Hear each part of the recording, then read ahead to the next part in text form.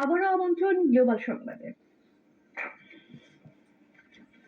নিবন্ধিত হয়েও চাকরিতে যোগ দিতে না পারা শিক্ষকরা জাতীয় প্রেস ক্লাবের সামনে আন্দোলন কর্মসূচি পালন করেছে।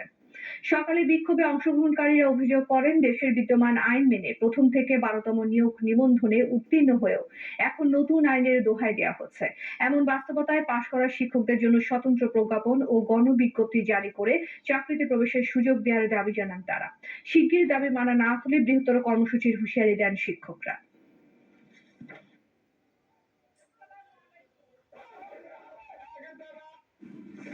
নারায়ণগঞ্জ শহরে যানজট নিরসনে যৌথ অভিযান চালানো হয়েছে। সকালে শহরের বিভিন্ন স্থানে সিটি কর্পোরেশন, সেনাবাহিনী, জেলা প্রশাসন, পুলিশ ও বিআরটি এর যৌথ উদ্যোগে অভিযান চালানো হয়। এ সময় অনুমোদনহীন কয়েকটি পরিবহনকে ডাম্পিংয়ে পাঠানো হয়। একটি পরিবহনকে জরিমানা করা হয়েছে বলে জানান নাসিকের প্রধান নির্বাহী কর্মকর্তা জাকির হোসেন। পাশাপাশি অবৈধ পার্কিং ও স্ট্যান্ড বন্ধে নো পার্কিং জোন করা হয়েছে। ট্রাকগুলোকে সকাল 8টা থেকে রাত 9টা পর্যন্ত প্রবেশের নিষেধাজ্ঞা জারি করা হয়েছে। এই অভিযান চলবে বলেও জানান তিনি।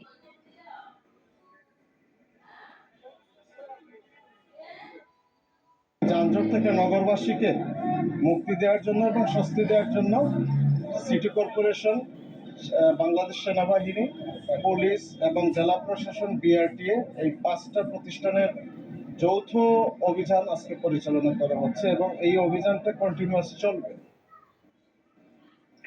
গাইবান্ধায় বড় ভাই শহীদুল ইসলামকে হত্যার দায়ে ছোট ভাই আরিফ বিল্লাহকে মৃত্যুদণ্ড দিয়েছে আদালত। সকালে অতিরিক্ত জেলা ও দায়রা জজ এ রায় দেন। জানা যায়, 2021 সালের 16 সেপ্টেম্বর পারিবারিক কলহের জেরে ছোট ভাই আরিফ বিল্লাহ লাঠি দিয়ে পিটিয়ে মারাত্মক জখম করে শহীদুলকে। এ সময় আহত অবস্থায় তাকে উদ্ধার করে রংপুর মেডিকেল কলেজ হাসপাতালে ভর্তি করা হয়। সেখানে চিকিৎসাধীন অবস্থায় তিনি মারা যান। পরে স্ত্রী তাসফুরা আক্তার বাদী হয়ে সাদুল্লাপুর থানায় হত্যা মামলা দায়ের করেন। দীর্ঘ শুনানি শেষে অতিরিক্ত জেলা ও দায়রা জজ প্রথম আদালতের বিচারক আতিকুর রহমান এ রায় দেন। রায় রাষ্ট্রপক্ষের আইনজীবীরা সন্তোষ প্রকাশ করলেও আসামি পক্ষের আইনজীবীরা উচ্চ আদালতে আপিল করবেন বলে জানান।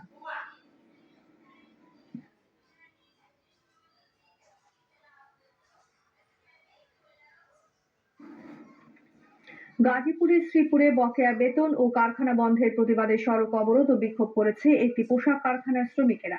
সকালে জৈনা বাজার কাউরাইড আঞ্চলিক সড়ক অবরোধ করে বিক্ষোভ করে তারা। এতে সড়কের দুপাশে দীর্ঘ যানজটের সৃষ্টি হয়। গাজীপুর শিল্প পুলিশের পরিদর্শক আব্দুল লতিফ খান জানান, জৈনা বাজার এলাকায় এইচডিএফ অ্যাপারেলস পোশাক কারখানার শ্রমিকদের বেতন ভাতা পরিশোধ না করে হঠাৎ কারখানা ছুটি ঘোষণা করে কর্তৃপক্ষ। এতে ওই কারখানার শ্রমিকরা আঞ্চলিক সড়ক অবরোধ করে বিক্ষোভ করেছে। এই সময় ওই আঞ্চলিক সড়কের দুপাশে দীর্ঘ যানজটের সৃষ্টি হয়। এখন পর্যন্ত কারখানা কর্তৃপক্ষের কারো দেখা মেলেনি।